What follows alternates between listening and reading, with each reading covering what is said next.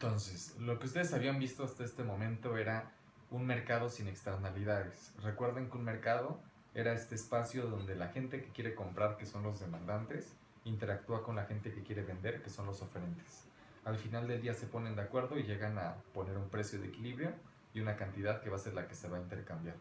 Entonces, eso nosotros lo veíamos en un plano cartesiano, en donde nosotros graficábamos en el eje de las Y's el precio y en el eje de las X's las cantidades. Poníamos la curva de demanda con pendiente negativa porque te decía que entre mayor fuera la cantidad, si tú estabas parado en algún punto de la curva de demanda, el precio iba a estar bajando.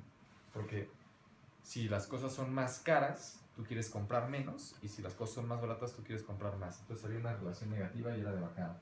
Y la curva de oferta tenía una pendiente positiva y se graficaba de esta forma porque te decía que entre las cosas fueran más caras, entre subiera el precio, pues la persona que vende quiere vender más porque va a ganar más lana. Y viceversa, ¿no? Entonces, lo que vamos a hacer ahora es aplicar un poco lo que nos enseñaron al principio del curso, en decir que la curva de oferta es el reflejo de la curva de costo marginal. Y lo ponemos así, como si fueran iguales, la curva de oferta es igual al costo marginal. Y la curva de demanda es igual al beneficio marginal, por la misma parte teórica del principio del curso. Ahora vamos a distinguir un poco más. ¿Costo marginal de quién? Pues de la persona que está produciendo, de este agente privado que está interactuando en el mercado. Entonces le vamos a poner costo marginal privado. ¿Y beneficio marginal de quién? Pues igual de esas personas privadas que están participando en el mercado para querer comprar algo en específico. Entonces le ponemos beneficio marginal privado. Cuando no hay externalidad, que fue lo que ustedes estuvieron estudiando durante todo el semestre hasta este momento, veíamos que nada de los beneficios que pasaban en el mercado se salían, ni tampoco de los costos. Es decir, todo lo que estaba pasando ahí se quedaba ahí. Entonces, pues lo que beneficiaba a los demandantes haber hecho ese intercambio era lo que beneficiaba a toda la sociedad, porque eran los únicos que lo recibían. Nada se salía a terceras personas que no participaran. Pues en este caso, el beneficio marginal privado también era el beneficio marginal social. Y el costo marginal privado también va a ser el costo marginal social, justamente porque ninguna parte de ese costo se está saliendo a personas que no participan en ese mercado. Entonces, para este tema es muy importante que distingamos entre dos óptimos. El primer óptimo que va a poder existir se le llama óptimo privado. Lo voy a poner de este lado.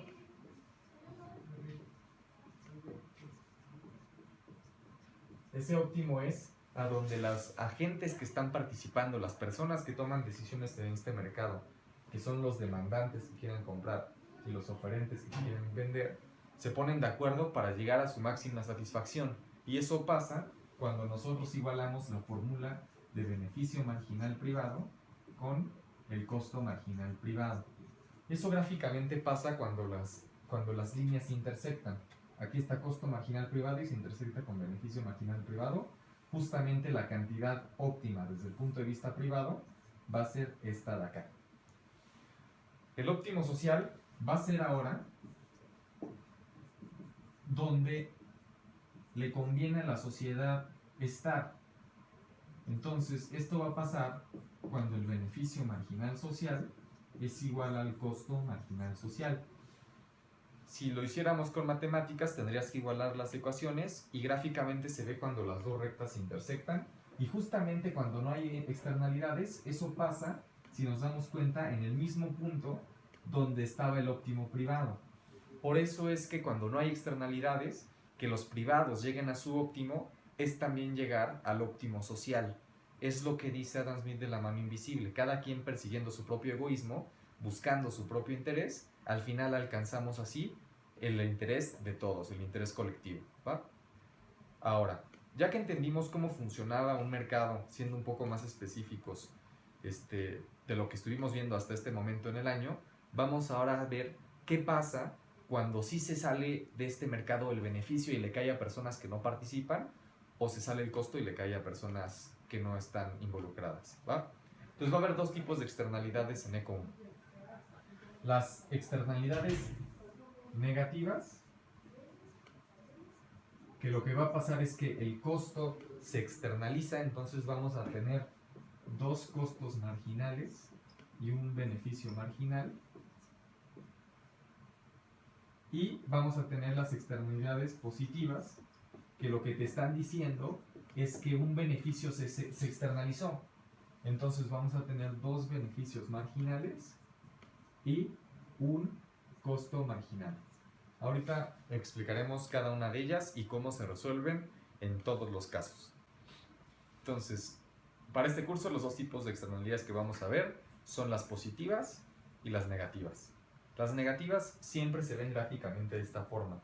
Tienes un costo marginal privado, que recordemos que eso representa la curva de oferta, siempre, siempre, siempre. Y tienes un beneficio marginal que, como solo hay uno, sabes que en realidad se está refiriendo a los dos. Se está refiriendo tanto al privado como al social. Y sabemos que el privado representaba a la curva de demanda. Lo que está pasando aquí de extraño en relación al problema que veíamos anteriormente es que, si se dan cuenta, no todos los costos se los lleva nada más la gente que produce, sino que se están externando y están yendo más allá. Fíjense que conforme vamos avanzando, el costo marginal social, el costo que recibe ya toda la sociedad, se va separando cada vez más de lo que recibía esa persona privada, que es la que en realidad está interactuando en el mercado. Eso quiere decir que le está afectando este intercambio a personas que no están participando. Ejemplos de esto puede ser como esas empresas de químicos que contaminan y entonces deciden dejar sus residuos en un río. Lo que pasa aquí, si nos daríamos cuenta, es que la empresa tiene sus propios costos, que son los privados, pero además están haciendo un costo a gente que no está interactuando en este mercado, porque si alguien llega y toma agua del río o se baña en ese río, puede tener alguna enfermedad. Entonces, a pesar de no comprar algún químico de la empresa, le está costando que esa empresa produzca. ¿Cómo se resolverían aquí estos ejercicios? Siempre exactamente igual.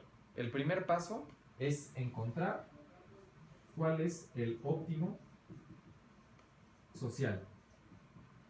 Eso lo encontramos igualando la curva de costo marginal con la curva de beneficio marginal. Se intersectan justamente en este punto y te está diciendo el problema que esta debería ser la cantidad que como sociedad nos conviene intercambiar. Después, el segundo paso es encontrar el óptimo privado. Y eso pasa cuando nosotros intersectamos la curva de costo marginal privado con la curva de beneficio marginal privado. Eso es lo que le conviene a la gente que está tomando decisiones en el mercado. La segunda parte que vamos a ver es preguntarnos si hay algún costo en bienestar social que se esté dando este intercambio. Para ello, para encontrar el costo en bienestar social, tenemos que preguntarnos cuál es la cantidad que se está intercambiando en el mercado. Y nos vamos a dar cuenta que, como las personas que toman decisiones en este mercado son los privados, pues obviamente la cantidad que se va a intercambiar va a ser a la que ellos les conviene. Entonces va a ser la cantidad del óptimo privado. Nos damos cuenta que, si estuviéramos pensando en el beneficio de toda la sociedad, llegar hasta esta cantidad que se está intercambiando produce un costo. ¿Por qué? Porque si aquí ya estábamos en el óptimo y seguimos intercambiando más todo este trecho, nos damos cuenta que para todo este trecho de cantidad, siempre el costo marginal de la sociedad era más grande de lo que se beneficiaba por esas unidades. Por lo tanto, está teniendo pérdidas para todo este segmento de acá, en el cual el costo de la sociedad es más grande que el beneficio de la sociedad. Este triángulo de acá lo conocemos como el costo en bienestar social. Y si nos preguntaran cuánto vale matemáticamente ese costo, lo único que tenemos que hacer es sacar el área de ese triángulo. Ya que encontramos la cantidad óptima privada, la social, y vimos que eso produce un costo en la sociedad, lo que necesitamos preguntarnos es ahora cómo resolverlo. Ese es el cuarto paso. Para ello, el gobierno va a tener que intervenir con un impuesto o con un subsidio. La lógica aquí es simple. Tú te preguntas como gobierno, bueno, a ver, si esto es algo negativo para la sociedad, lo que yo quiero hacer es desincentivar el intercambio. Quiero que se intercambie menos. ¿Cómo hace el gobierno para desincentivar los intercambios? Pues le pone un impuesto para hacerlo más costoso. Entonces, ¿cómo va a hacer el gobierno para poner un impuesto aquí? Muy simple. Lo que necesitas hacer es sustituir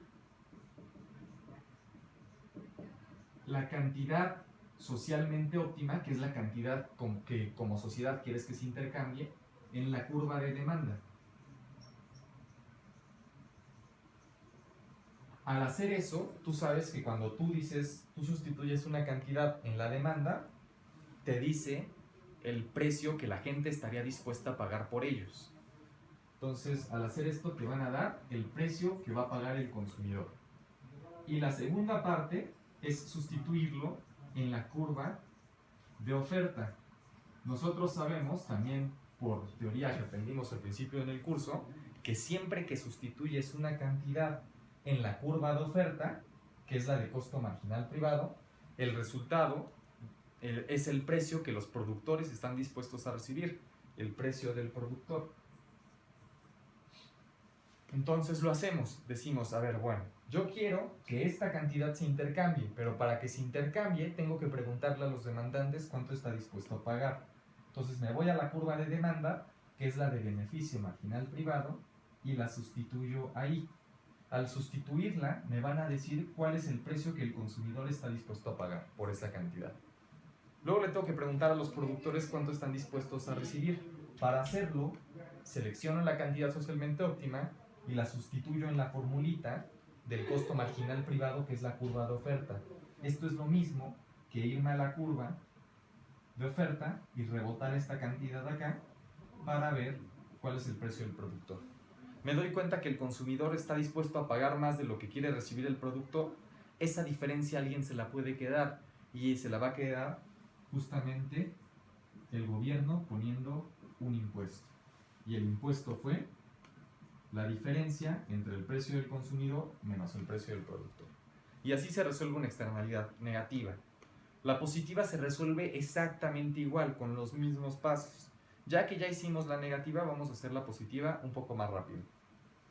Fíjense que estamos en este caso, hay dos beneficios marginales ahora y hay un solo costo marginal.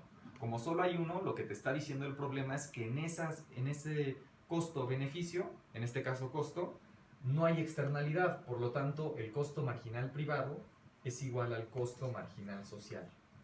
Entonces repetimos los pasos. Primero, encontrar el óptimo social. Eso pasa cuando la curva de costo marginal social se intersecta con la de beneficio marginal social, justamente en este punto de acá. Esta es la cantidad socialmente óptima. Segundo paso, encontrar el óptimo privado. Igualamos el beneficio marginal privado con el costo marginal privado y te dice que esta es la cantidad que van a intercambiar en el mercado la gente que toma decisiones ahí, es decir, los oferentes, la curva de oferta, que es la de costo marginal privado, y los demandantes, que es la de beneficio marginal privado. Nos damos cuenta que la gente quiere intercambiar menos de lo que le conviene a la sociedad intercambiar. Entonces el gobierno tiene que incentivar el intercambio para impulsarlo. ¿Cómo lo hace? Pues poniendo un subsidio para que sea menos costoso realizar este intercambio. Entonces, seguimos en el tercer paso, encontramos el costo en bienestar social. Nos damos cuenta que si nosotros frenáramos la producción acá, en la de costo marginal privado, pensando en el costo en bienestar, en el costo de toda la sociedad y en el beneficio de toda la sociedad, para todo este trecho que se dejó de intercambiar, siempre el beneficio de la sociedad, que es esto de acá, era más grande que el costo de la sociedad. Es decir, si hubiéramos seguido intercambiando este trecho, la sociedad se hubiera beneficiado más de lo que le costaba, por lo tanto se desperdició. Tenemos aquí el costo en bienestar social, que va a ser el área de ese triángulo. Y el último paso era poner el impuesto o el subsidio. Sabemos que siempre que la externalidad sea positiva va a ser un subsidio. Entonces, ¿cómo lo hacíamos? Decíamos, bueno, a ver, queremos que se intercambie la cantidad socialmente óptima. Para eso tenemos que preguntarle a los demandantes cuánto estarían dispuestos a pagar. Lo sustituimos en la curva de demanda y te va a decir el precio del consumidor. Y luego tienes que preguntarle al oferente cuánto está dispuesto a recibir. Para ello, agarras la cantidad socialmente óptima, la sustituyes en la curva de oferta, que es la de costo marginal privado, y te va a decir justamente el precio que el productor está dispuesto a recibir. Te das cuenta que la gente quiere recibir más dinero de lo que los otros están dispuestos a pagar. Alguien tiene que poner lo restante. ¿Quién lo pone? El gobierno. Y lo pone a través de un subsidio unitario, y este subsidio unitario es justamente la diferencia entre el precio del productor menos el precio del consumidor. Y así se resuelven los ejercicios de externalidades. Espero les haya servido este video y estamos en contacto.